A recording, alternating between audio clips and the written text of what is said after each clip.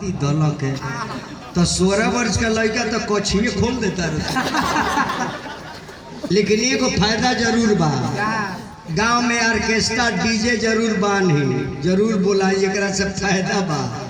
DJ मंगा दे, orchestra ले आ दे तो ई पता लग जाई ये अपना गांव में कतना लड़का छुछुनर बा।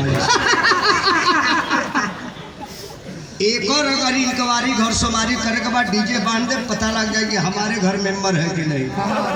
और दरवाजा पर खाली पड़ जाके देखे के भाई हमारा घर कौन बा के ना तले बाजता, ठीक छो ठीक छो। आ लड़का खिड़की में देखता जे पापा दरवाजा पर बैठल पड़े, ओकरा बर्दाश्त होता, ठीक छो ठीक छो।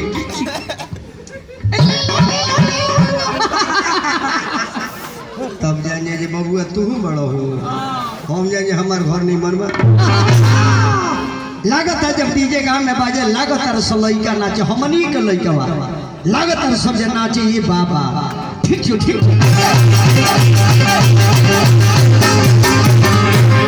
अरे ई कौन डांस हेलाई बाबा, ई है बिहार हेलाई रे बचवा।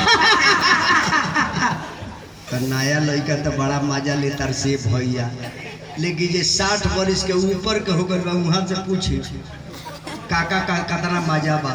लगत है दलकाव है तो काका चरपाई पर उठ के बढ़िया तरह चुनौती निकाल के।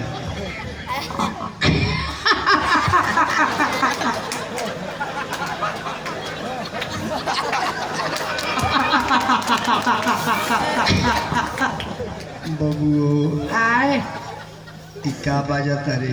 अरे ये नो उमेश के बेस्ट डीजे हा। एक गिलास पानी पियाओ। का है? अपना माई से कह दे खाना खा लेवे के। अरे का भइल बा? ई डीजे बजा दिलबा कर मतलब कि हमरा जाए के बीजे आ गई।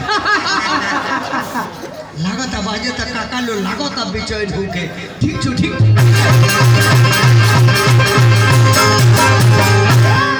ओके ओके ले चला फूके।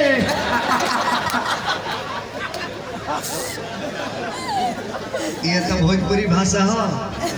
भाई बताई भोजपुरी में वो के कब कह जाला बुझाता।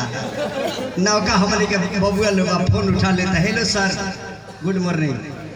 पहले पूछी जे का समाचार बा, वही तरह गुड मॉर्निंग डायरेक्टे बोल देलो। उनकर पाड़ा होबे के मुअल बा, उनकर मॉर्निंग गुड बा कि पड़े मोर गो। पहले समाचार ओकर बाद कोनो मॉर्निंग कहत रहो। उठाओ तो शर्मा जी उठाओ। तनी ऑपरेटर भाई पीछवा से को माइक धर ले।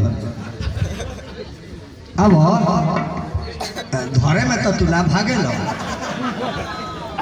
आओ हौ ना होले हौ सोचे लगे हम सियान बानी ना धरे। धर हां धर जाला तो पगली में हाथ ना रख जाला, दोनों हाथ धर जाला।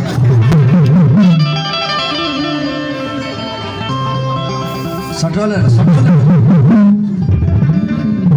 भाग काले धुन कौन लागल जनमोली लाल भैया से सुनी किया मामा लगावाला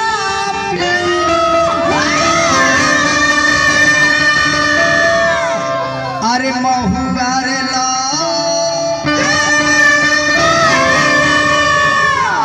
कहे ना लगावाला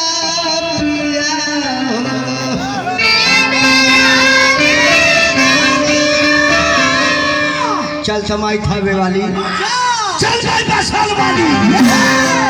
अरे करी सुनी